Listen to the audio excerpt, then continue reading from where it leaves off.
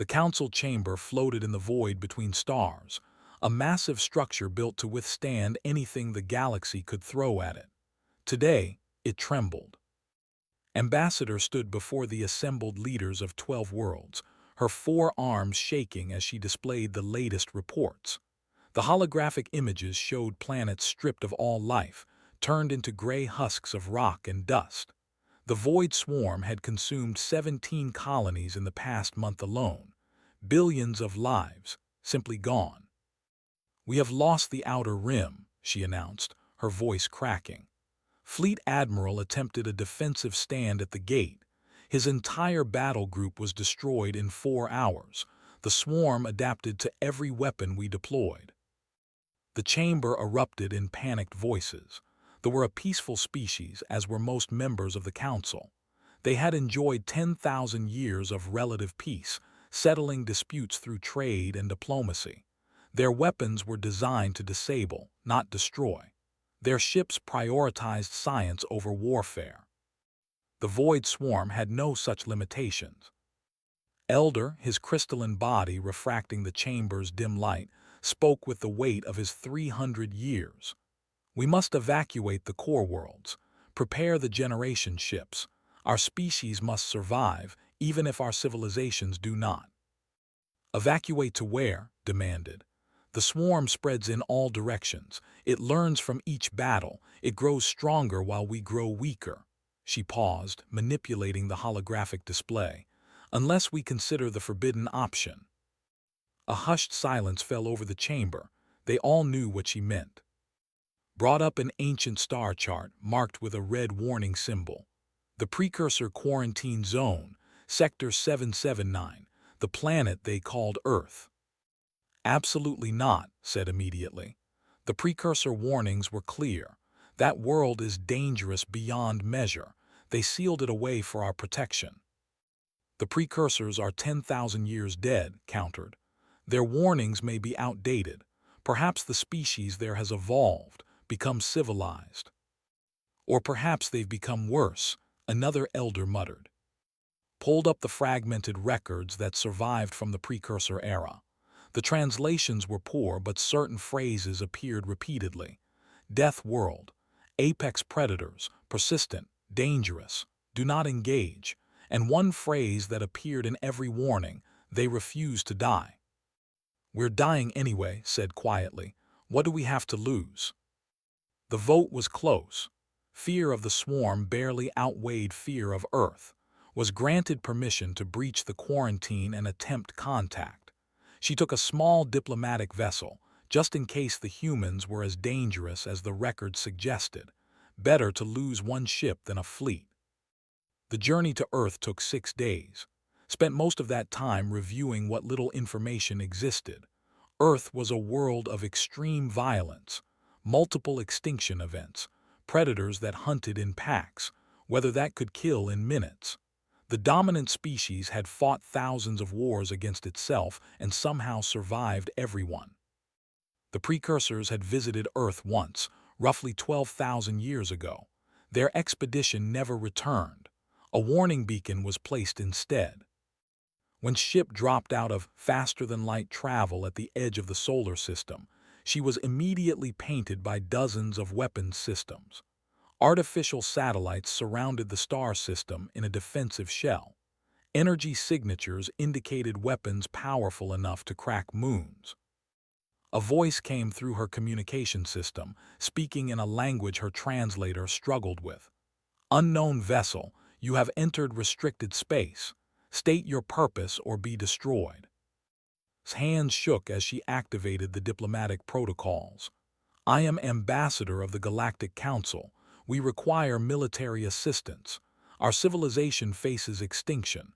Please, we need help." There was a long pause. Then the voice returned, now speaking in perfect council standard language. "Stand by for evaluation.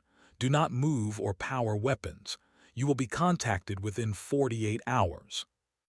The channel went dead, waited in the darkness of space, watching the blue and green planet below.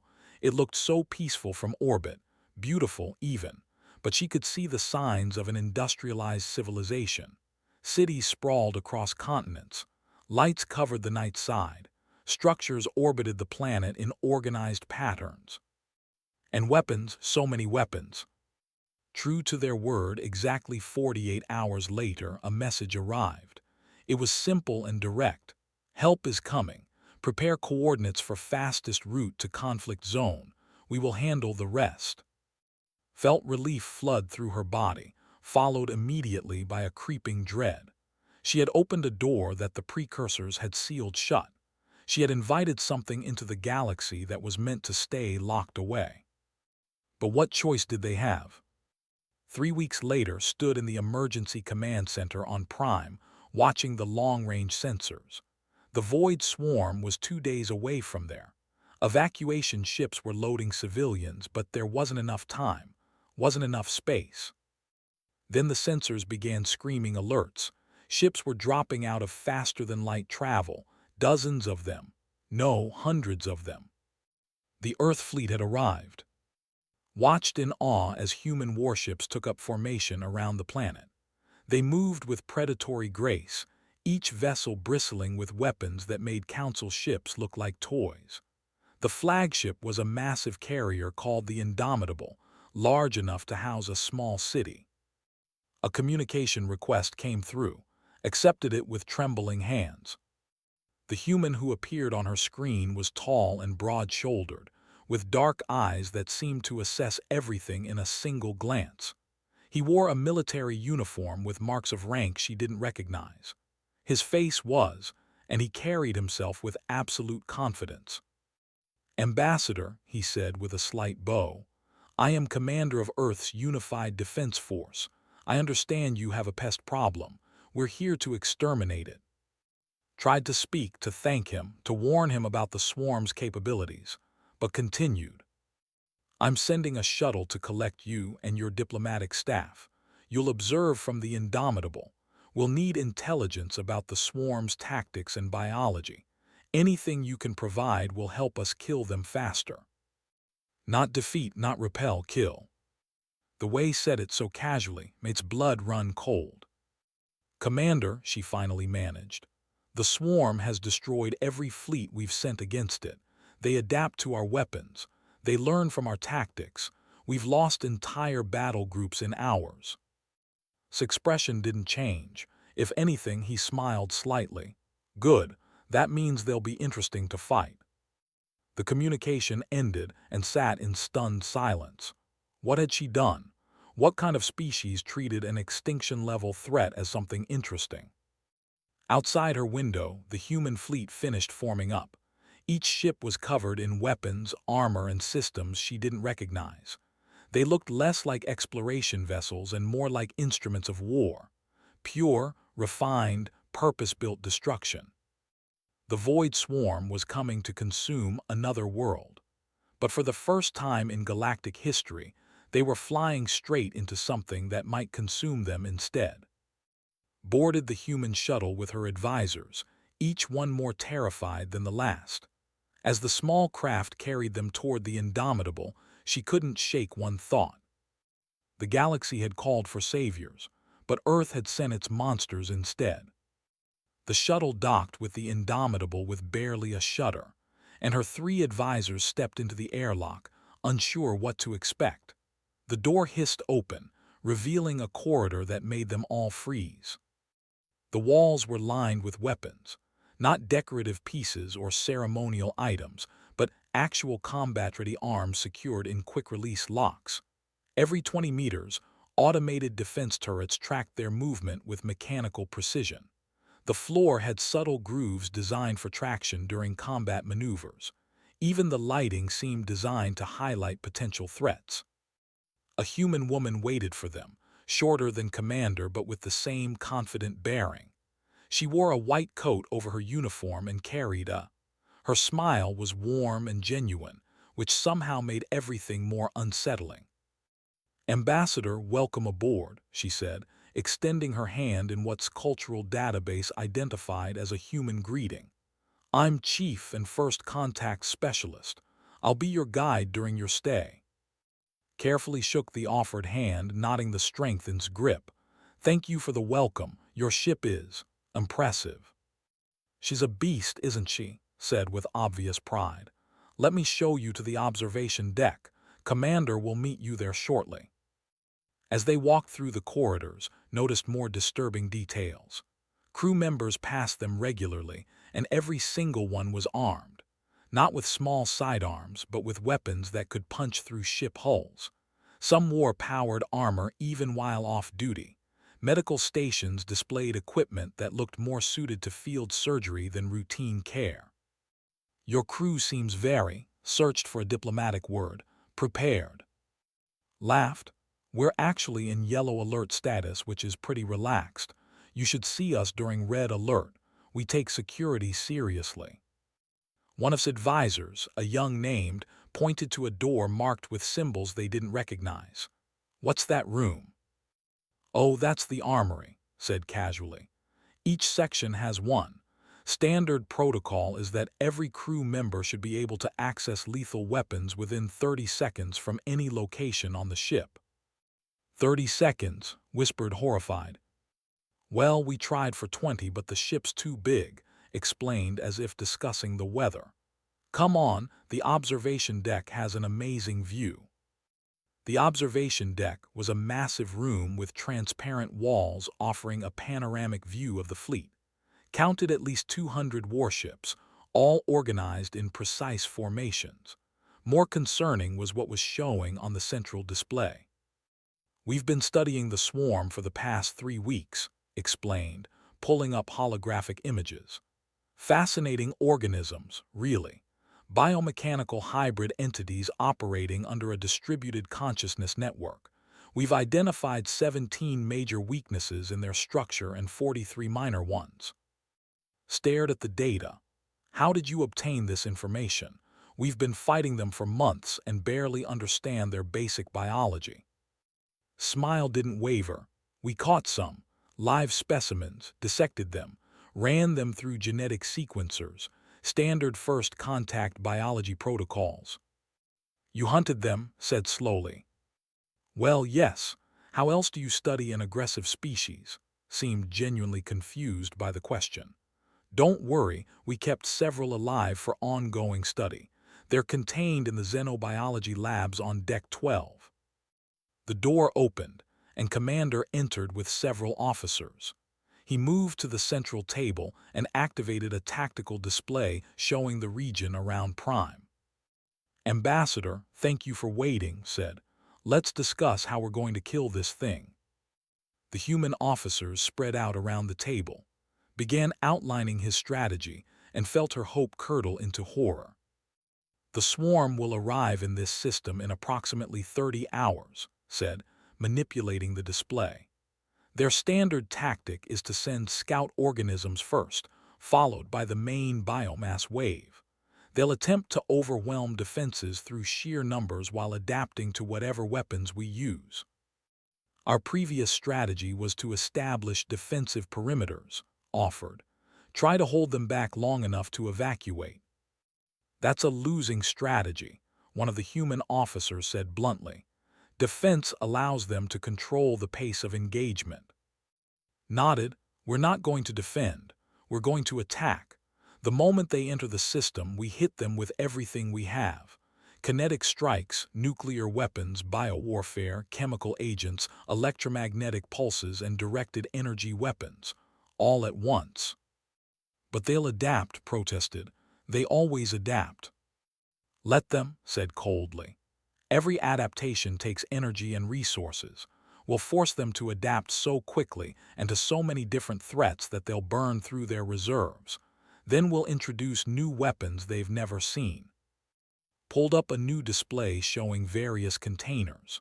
"We've prepared biological agents specifically designed to attack their cellular structure, viruses that rewrite their genetic code, bacteria that consume their organic components, prions that corrupt their neural network."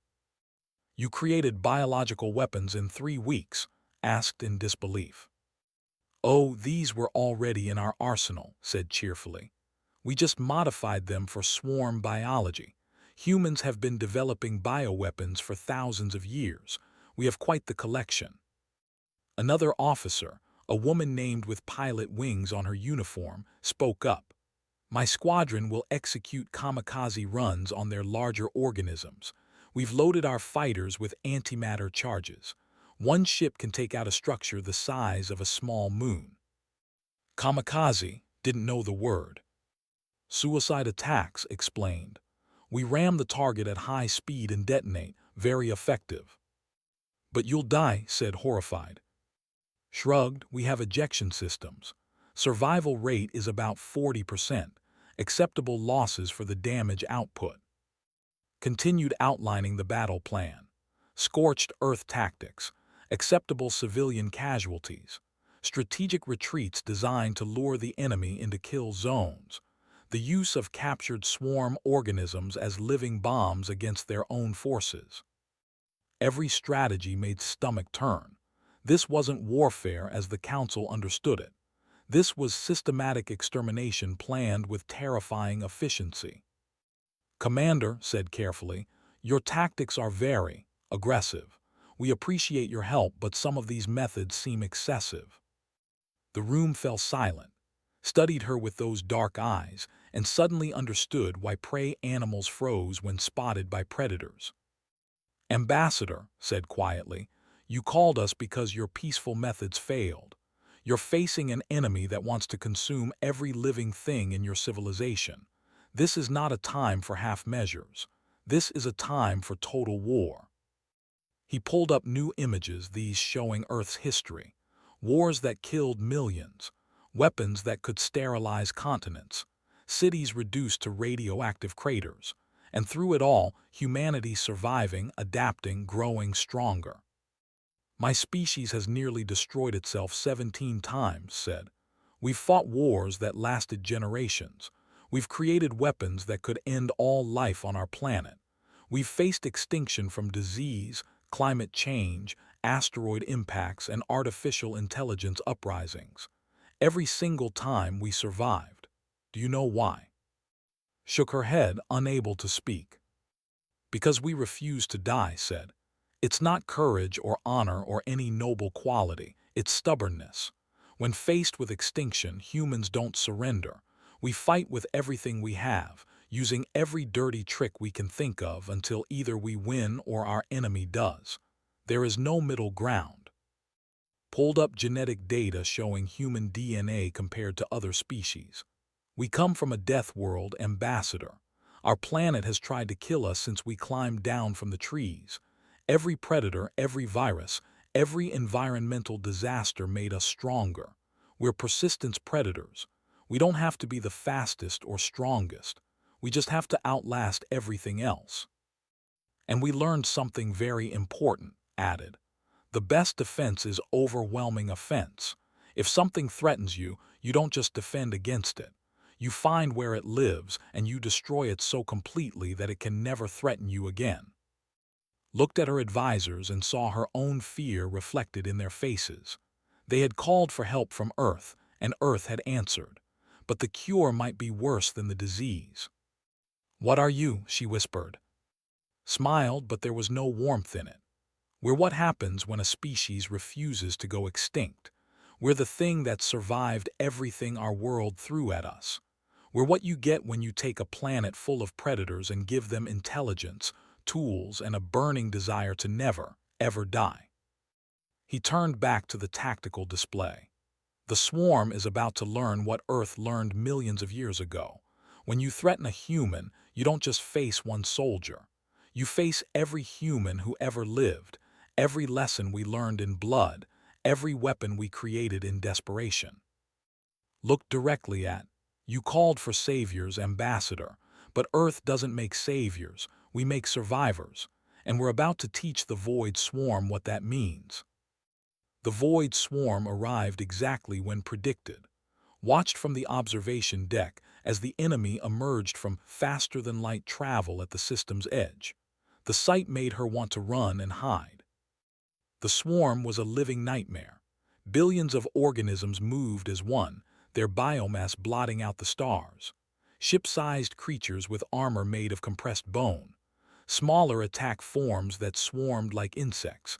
And at the center, massive biostructures that pulsed with sickly green light. "Contact in 30 minutes," an officer announced calmly. Stood at the command center, his expression unchanged. "All ships to battle stations. Begin opening sequence." Expected immediate attack, but instead the human fleet broadcast a message. It was audio only, and to her shock it was music. Loud, aggressive music with heavy drums and electronic sounds that made her teeth ache. "What is that?" asked, covering his hearing organs. "Psychological warfare," explained. "The sound frequency disrupts the swarm's communication network.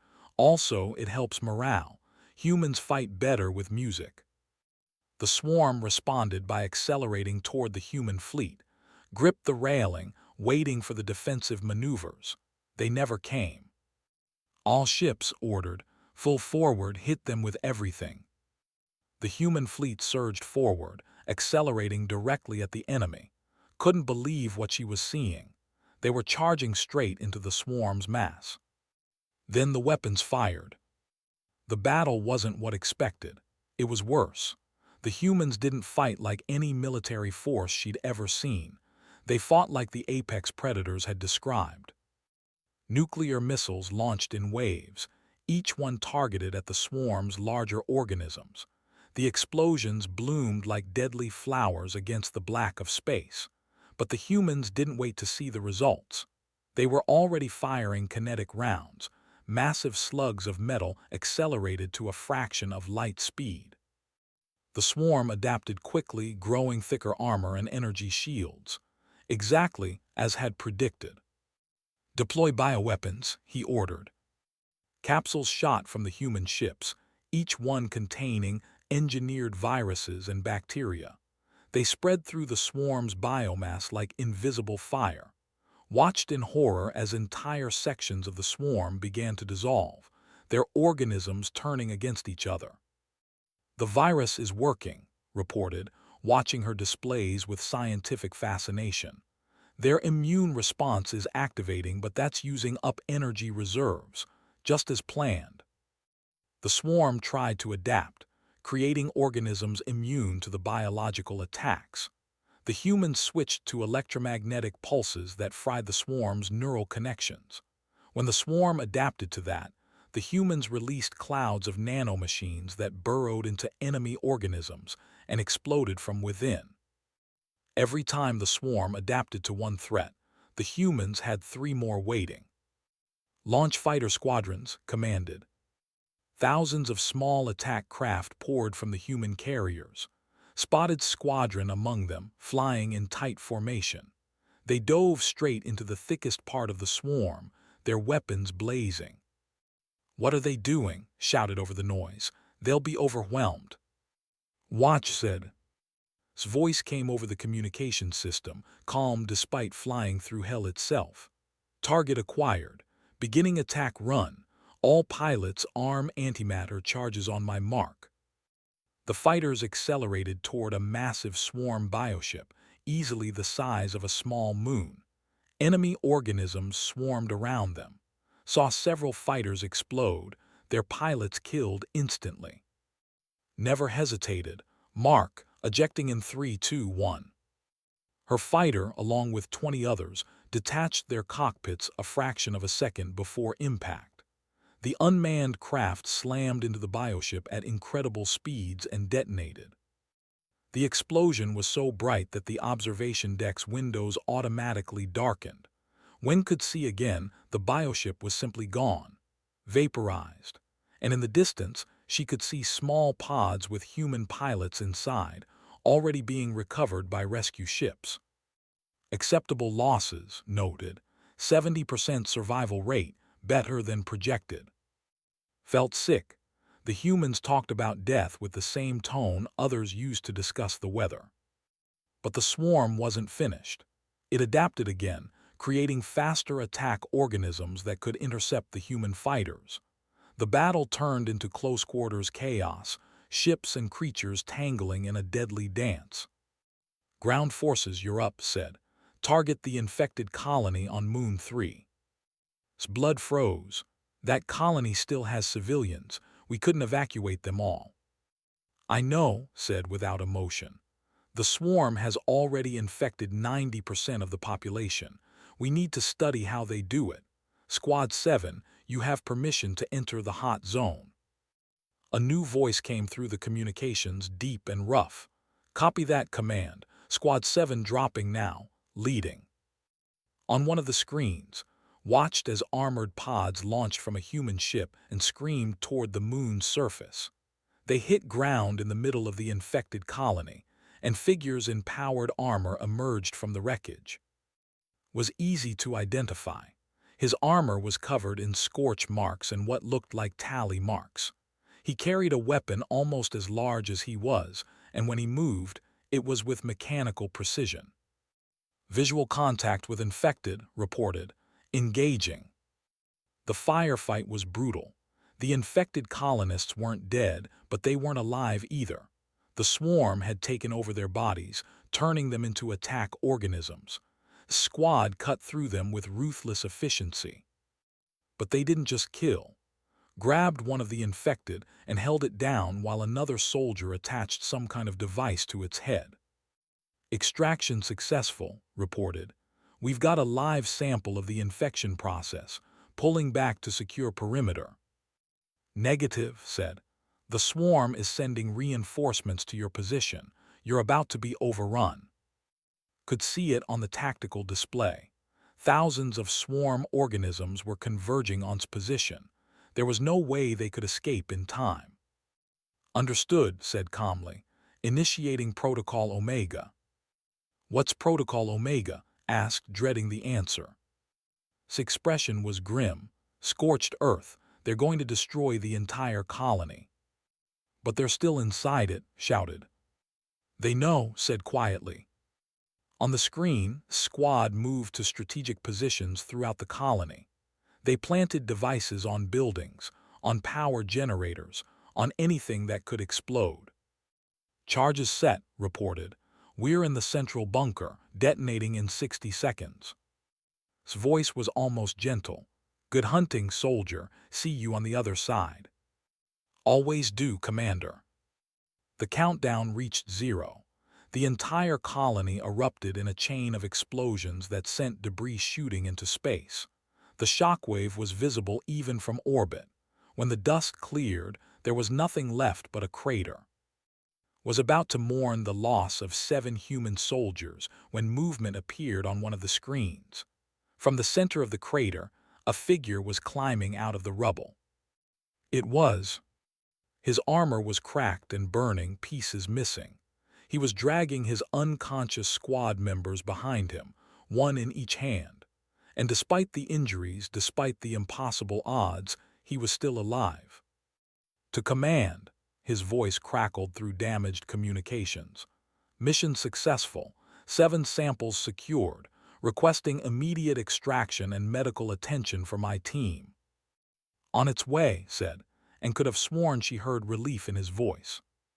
Recovery ships swooped down to retrieve squad. Medical teams were already waiting, watched as they pulled the soldiers from their armor, revealing injuries that should have been fatal. Burns covered their bodies. Bones were broken, yet they were all alive. How, she whispered. Humans are difficult to kill, said. Our bodies are designed for it. Redundant systems, rapid healing, high pain tolerance. Enhancements make him even harder to put down. He's been in 17 situations that should have killed him. He walked away from all of them. The battle raged for hours. The humans used weapons the Council had never imagined. They deployed strategies that bordered on suicidal.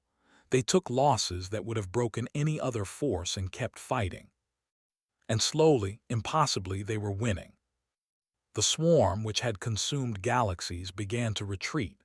Its organisms pulled back, regrouping at the system's edge. The humans pursued without mercy, cutting down anything that moved. Cease fire, finally ordered. Let them run. They'll spread word about what happened here. Word asked, to whom? To the rest of the swarm, said. We just taught them fear.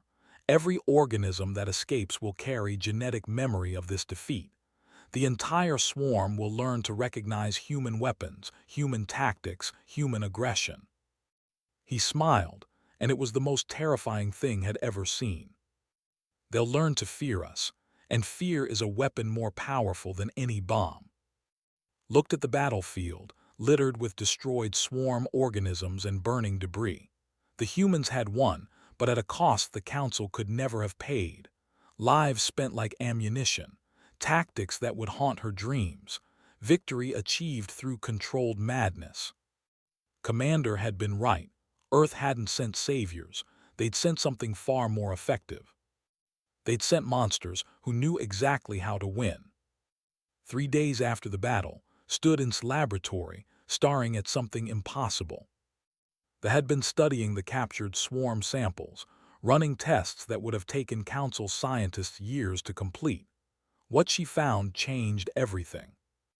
"Look at this," said, pulling up a genetic comparison on her display. On one side was swarm DNA, on the other was human DNA, and in between, highlighted in bright red, were matching sequences. "I don't understand," said. "You share genetic markers with the swarm." "Not just with the swarm," said quietly. She pulled up more data. "With the precursors, too. We found fragments of their genetic code in our oldest DNA sequences, code that shouldn't exist naturally." Felt her world shifting. "What are you saying?" "I'm saying humans didn't evolve naturally. We were made." Hands shook as she manipulated the display. "Someone took precursor genetic material and modified it, enhanced it, weaponized it. Then they buried it in our evolutionary past and let nature do the rest. The precursors created you as a weapon against the swarm. Look here." Showed brain scans comparing humans to other species. "Our pattern recognition is off the charts. Our ability to form social bonds and coordinate attacks is unmatched. We can survive injuries that would kill most species. We adapt to new environments faster than should be possible. And most importantly, we have this." She pointed to a section of the human brain that glowed bright red on the scan. "The survival drive. Other species have it, but in humans it's hyperdeveloped. We literally cannot accept defeat. When faced with extinction, our brains flood with chemicals that make us fight harder, think faster, and push past limits that should kill us. We were engineered to never surrender." Sat down heavily. "That's why the precursors sealed your world away. They were afraid of you." "They were terrified," confirmed. "We found records in the swarm's genetic memory. The precursors fought the swarm 10,000 years ago and were losing, so they created us. Super predators designed to hunt and kill anything that threatened them, but the project went wrong." "How?" "They made us too good. We were supposed to be controllable soldiers, but we developed free will, imagination, cruelty, and kindness in equal measure. We weren't just killing machines. We were thinking, feeling beings who could choose to be monsters." Eyes were haunted. "The precursors realized they'd created something worse than the swarm, so they abandoned us on Earth and hoped we'd destroy ourselves." "But you didn't." "No, we thrived. We turned Earth's deadly environment into our advantage. Every predator that hunted us made us better hunters. Every disaster that nearly killed us made us stronger. We climbed to the top of our world's food chain and then started looking for new challenges." Entered the laboratory, his expression dark. "I heard you found something." Showed him the data. He studied it in silence for a long moment. "So we're weapons," he said flatly, "created to kill." "Yes." "And the precursors abandoned us because we were too dangerous." "Yes." Was quiet for a moment. Then he looked at, "Does this change anything? Does knowing our origin make us less valuable as allies or more dangerous as enemies?" Didn't know how to answer. The humans had saved her world, but at what cost? They'd revealed themselves to be artificial creations designed for one purpose: war. "The Council needs to know this," she said carefully. "Of course," agreed. "We won't hide it, but understand something, Ambassador. What we were made to be doesn't define what we choose to be." "Doesn't it?" challenged. You fight like machines designed for killing. We fight like beings who refuse to die, corrected. There's a difference. A machine follows its programming. We make choices. He pulled up a new report on the display. While was studying genetics, we were interrogating the captured swarm organisms. We learned something interesting. The display showed the swarm's neural structure, vast and complex. At its center was something that looked like a brain. The swarm isn't just a mindless plague, explained. It's intelligent, conscious, and it's in pain. What moved closer to the screen? Took over the explanation. The swarm is what's left of the precursor civilization. After they created us, they tried to find another way to survive. They attempted digital immortality, uploading their minds into a collective network. But the process went wrong. They lost their individuality and became a single, tortured consciousness spread across trillions of organisms. They've been consuming worlds for 10,000 years, said, trying to end their own suffering. Every living thing they absorb is an attempt to find relief from constant agony. Felt sick, so everything they've destroyed, everyone they've killed, was them trying to die, finished. They're not evil, they're victims of their own failed experiment. The laboratory fell silent, tried to process this information. The great threat to galactic civilization, the nightmare that had consumed countless worlds, was actually crying out for help. So what do we do? She asked. That's the question, said. We can destroy them. We have the weapons, the tactics. Give us a few months, and we can hunt down every swarm organism in the galaxy and exterminate them all. But, heard the hesitation in his voice. But that would prove the precursors right about us, that we're nothing but weapons, monsters who only know how to kill. He looked at the swarm data with something that might have been sympathy. They created us to destroy the swarm.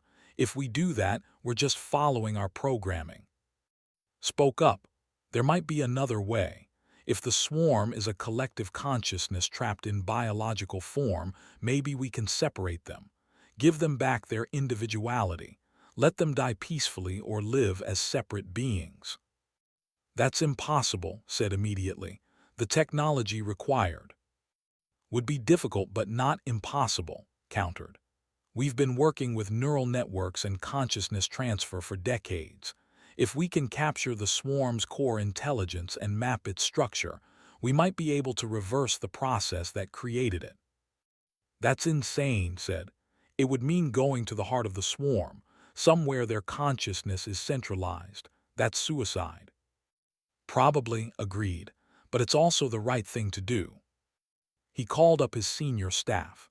They gathered in the laboratory within minutes, explained the situation and the proposed plan. The reactions were mixed. Some officers argued for complete extermination. Others supported the rescue attempt. The debate grew heated. Finally, a new voice spoke up. A woman hadn't met before stepped forward. She wore a different uniform from the others, marked with symbols indicating medical and psychological training. I'm, she said, fleet ethics officer and empath. If anyone's going into the swarm's consciousness, it should be me. You're not a soldier, one officer objected. No, agreed. But I'm trained in mental communication and consciousness mapping. If the swarm is intelligent and suffering, they need someone who can understand them, not someone who wants to kill them. Studied her. You understand this is likely a one-way trip. I do. And you're willing to attempt contact with a consciousness that's consumed billions of lives. If it means ending their suffering and proving we're more than weapons, yes. His armor, now repaired, stepped forward. If she goes, my squad goes. We'll protect her. This isn't a combat mission, said. Every mission is a combat mission, replied. But that doesn't mean killing is the only option. We can fight to protect instead of destroy. Watch the humans debate their options. They could choose the easy path, the one they were designed for, complete destruction of the enemy. Or they could choose the harder path, the one that might get them killed but would prove they were more than their programming. Made his decision. Will attempt the rescue, leads the consciousness interface team, provides security. You work on the separation technology, everyone else start planning the extraction. Sir, an officer protested. The council called us to destroy the swarm, not save it. The council called us for help, corrected. They didn't specify how. We're going to help by ending this war the right way, not through extermination but through understanding. He looked at Ambassador, you can tell your council that Earth is going to try something very stupid. We're going to show mercy to an enemy that's killed billions. We're going to risk our lives to save the consciousness that's been trying to destroy all life in the galaxy. Why asked, why take this risk? Smiled sadly. Because we were made to be monsters, and every day we choose not to be. This is just one more choice. The swarm's core was located in the Void Nebula, a region of space so dense with their biomass that sensors couldn't penetrate more than a few kilometers. Somewhere in that nightmare was the Nexus, the central consciousness coordinating trillions of organisms across the galaxy. Sat in the specially modified shuttle, surrounded by neural interface equipment. Her hands were steady but could see the fear in her eyes. Fear, but also determination. You don't have to do this, said. No one would blame you for refusing. I would blame me, replied. Someone needs to try, might as well be the person trained for it. And his squad loaded onto the shuttle, their armor modified for extreme close-quarters combat. They carried enough weapons to fight a small war, but their primary mission was protection, not destruction. Stay close to, ordered. Her safety is priority one. If the situation becomes untenable, abort and extract immediately. Understood, said. He looked at, ready when you are, ma'am. The shuttle launched from the Indomitable, diving into the Void Nebula. Almost immediately, swarm organisms surrounded them, attacking from all directions. But they didn't destroy the shuttle. They enveloped it, drawing it deeper into their mass. They know we're here, said, monitoring the bio readings. They're curious. No, desperate. They want this to work as much as we do. The shuttle pushed deeper. Hours passed. The outside disappeared completely, replaced by a living wall of writhing biomass. Finally, they reached the center. The Nexus was beautiful and terrible. A structure the size of a planet, made entirely of neural tissue. It pulsed with bioluminescent light, billions of signals firing every second. This was the heart of the swarm, the tortured consciousness of an entire dead civilization. Docking announced. The shuttle attached to the Nexus surface. Atmosphere is breathable but toxic, sealing helmets. They stepped out into madness. The Nexus interior was a cathedral of living tissue, processing information from across the galaxy. Could feel it pressing against her mind, trying to communicate. I'm making contact, she said, activating her neural interface. Beginning translation protocols. The moment her mind touched the swarm's consciousness, she screamed. 10,000 years of suffering flooded into her. The pain of billions of minds crushed into one. The horror of consuming worlds not from hatred but from a desperate need to end the agony. The loneliness of being the last remnants of a proud civilization, twisted into a nightmare. Grabbed her before she collapsed. Status. I'm okay, she gasped. It's just so much. They're in so much pain. She steadied herself and pushed deeper into the connection. Through the chaos, she found the core intelligence, what remained of the precursor's collective mind. Please, the swarm begged, end this. We have tried for to die and cannot. We consume to forget, but memory persists. We destroy to feel something other than anguish. I know, said aloud. We're here to help, but you need to trust us. Trust, we are monsters. We have consumed countless lives. So are we, said softly. We were made to be weapons, but we choose to be more. You can choose too. She felt the swarm's consciousness shift, focusing entirely on her. You are the hunters, The precursor's final weapon. You could destroy us. Yes, but we won't. Instead, we're going to set you free. Back on the Indomitable, worked frantically. They'd mapped the swarm's neural structure and developed a process to separate individual consciousness from the collective. It required injecting nanomachines into the nexus that would carefully disconnect each mind while preserving their core identity. The problem was the scale. Trillions of organisms, all connected. One wrong calculation and the entire swarm would die instantly. We're ready, reported 2, but needs to convince them to accept the process. If they resist, this won't work. Inside the Nexus, explain the plan to the swarm consciousness. We'll separate you, give each of you back your individual identity. You can choose to die peacefully or live as yourselves again, but you'll be free of the pain. We do not deserve freedom. We have committed atrocities. So have we, said. Every human has the capacity for terrible things. What matters is what we do after. You can't undo the past, but you can choose a different future. The swarm was silent for a long moment, then felt something she didn't expect: hope. We accept. Begin the process, transmitted. From the human fleet, specialized missiles launched, each containing billions of nanomachines.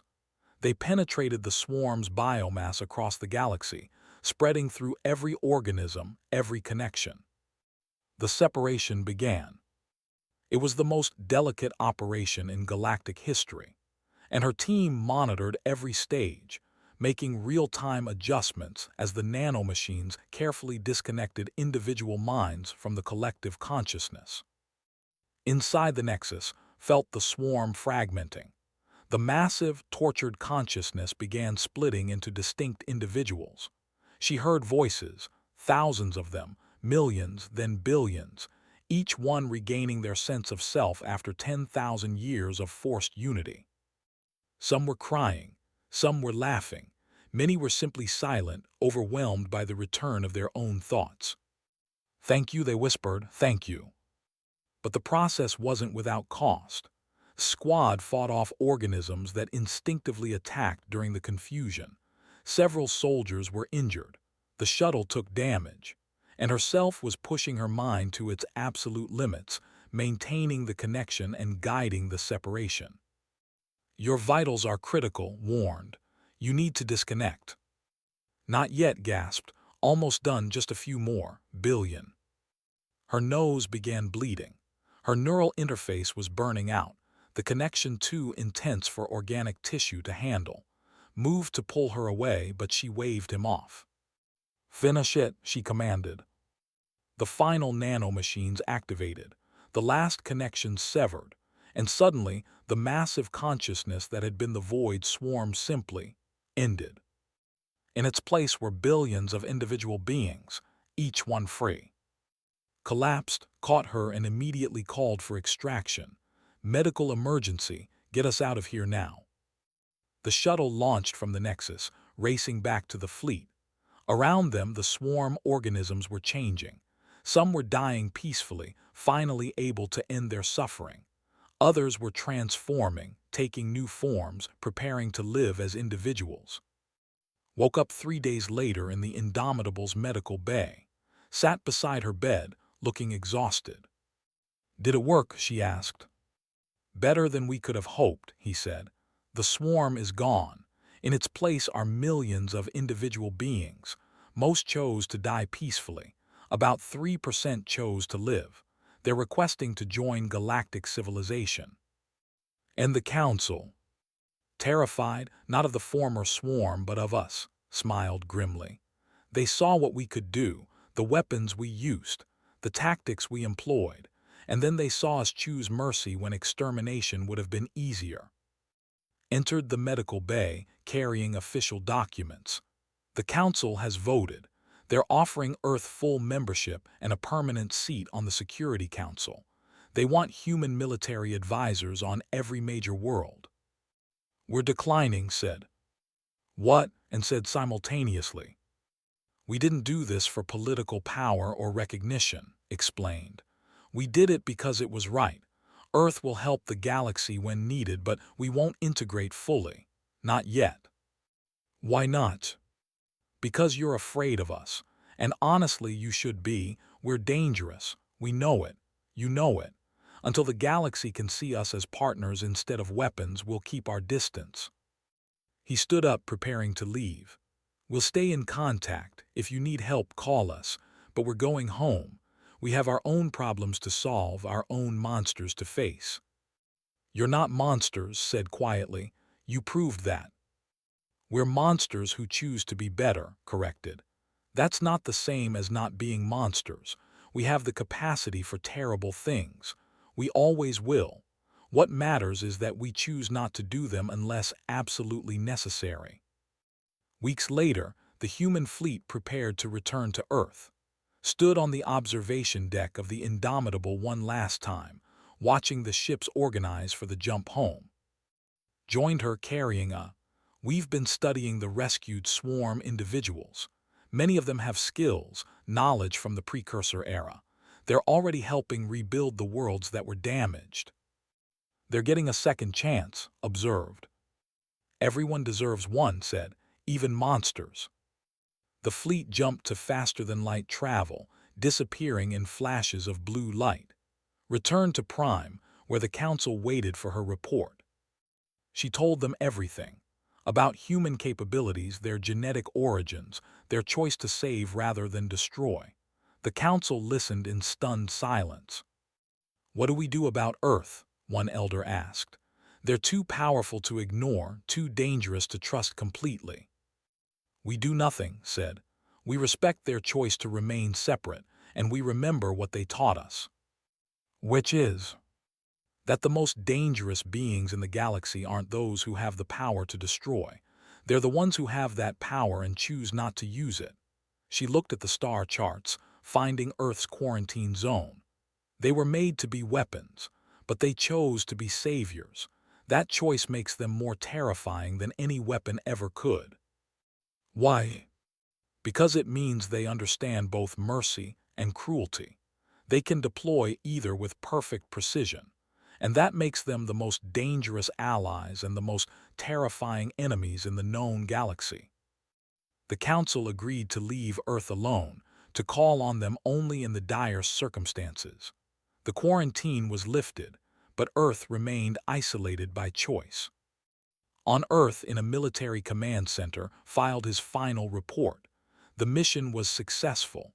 The threat was neutralized. Humanity had proven it could be more than its programming. But he also updated Earth's defense protocols, improved their weapons, trained more soldiers. Because the galaxy had seen what humans could do, and knew that eventually some species would decide that humans were too dangerous to exist. When that day came, humanity would be ready. They would do what they always did when faced with extinction. They would refuse to die. And they would win.